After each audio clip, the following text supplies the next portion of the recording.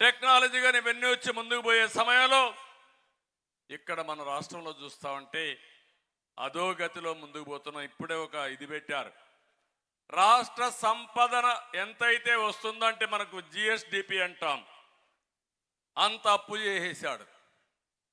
13 లక్షల కోట్ల రూపాయల అప్పు. కొంతమంది అప్పర్ కాస్ట్లు కావాలంటే వేరే రాష్ట్రానికి వెళ్ళిపోతారు, వేరే దేశాలకు వెళ్ళిపోతారు. ఇక్కడ ఉండేది బడుగు బలహీన వర్గాలే ఇక్కడ ఉంటారు. మీ రక్తాన్ని తాగుతారు రేపటి నుంచి పన్నుల రూపేణా.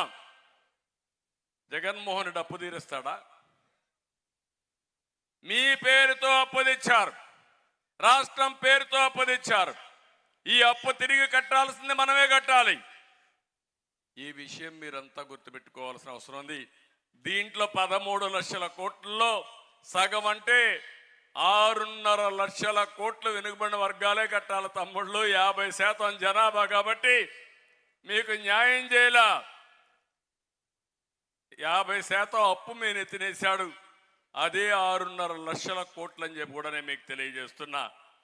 ఎవరైనా మాట్లాడితే ఇంకా వాళ్ళ మీద కేసులే కేసులు. ఇక్కడ ఉన్నారు, అచ్చెన్నాయుడుతో బోణి చేశారు. ఆ రోజు ఫస్ట్ ఆయన్ని అరెస్ట్ చేసేశారు. అక్కడి నుంచి అందరినీ కుండే వాళ్ళందరినీ ఎవరన్నా ఉన్నారంటే అందరి మీద కేసులు. అంటే హోదాను బట్టి కేసులు పెంచారు.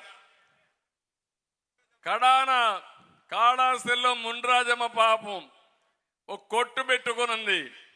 లోకేష్ వస్తే అక్కడ పోతా ఉంటే ఆ కొట్లో స్వాగతం పలికింది. ఆవిడ చేసిన పాపం.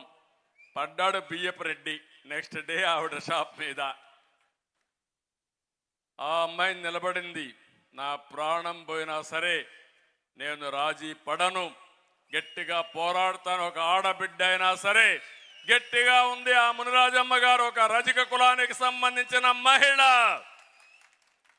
ఆ మహిళ నీతి నిజాయితీకి నేను మనస్ఫూర్తిగా అభినందన తెలియజేస్తున్నా. అది నీతి. నీతి మాలిన వ్యక్తులు మీరు. నేను అడుగుతున్నా, నిన్నే 38 మందిని ఎమ్మెల్యేలు మార్చాడంట. మార్చాడు, చూసారా తమ్ముళ్ళు ఎట్ట మార్చాడో? ట్రాన్స్ఫర్లు చేశాడు. ఈ ఎమ్మెల్యే ఇక్కడి నుంచి ఈ ఊరు నుంచి ఇంకొక ఊరికి ట్రాన్స్ఫర్, ఒక జిల్లా నుంచి ఇంకొక జిల్లాకు ట్రాన్స్ఫర్ అని. అంటే మన ఇంట్లో చెత్త ఇక్కడ ఉండకూడదు కానీ పక్కన ఇంట్లో వేసేయాల. ఇది ఎక్కడ న్యాయమో నాకైతే అర్థం కావడంలా. మంత్రుల్ని ట్రాన్స్ఫర్ చేసేశాడు. ఈరోజు 38 మందిలో 25 మంది ఎవరున్నారంటే బీసీలు, ఎస్సీలు, ఎస్టీలు, మైనారిటీస్. బియ్యపు రెడ్డిని మార్చలేదే కాళాస్తిలో. నీ పెద్దిరెడ్డిని మార్చవే, నీ ద్వారంపూడిని మార్చవే. వాళ్ళు మాత్రం మార్చే ధైర్యం నీకు లేదు. అంటే వీళ్ళు చులకన కాబట్టి కడాన బట్టలు ఇప్పిన తను కూడా పాపం ఎక్కడ పోయాడో మనకైతే అర్థం కాల. మళ్ళా సమర్థించుకునే పరిస్థితికి వచ్చారు.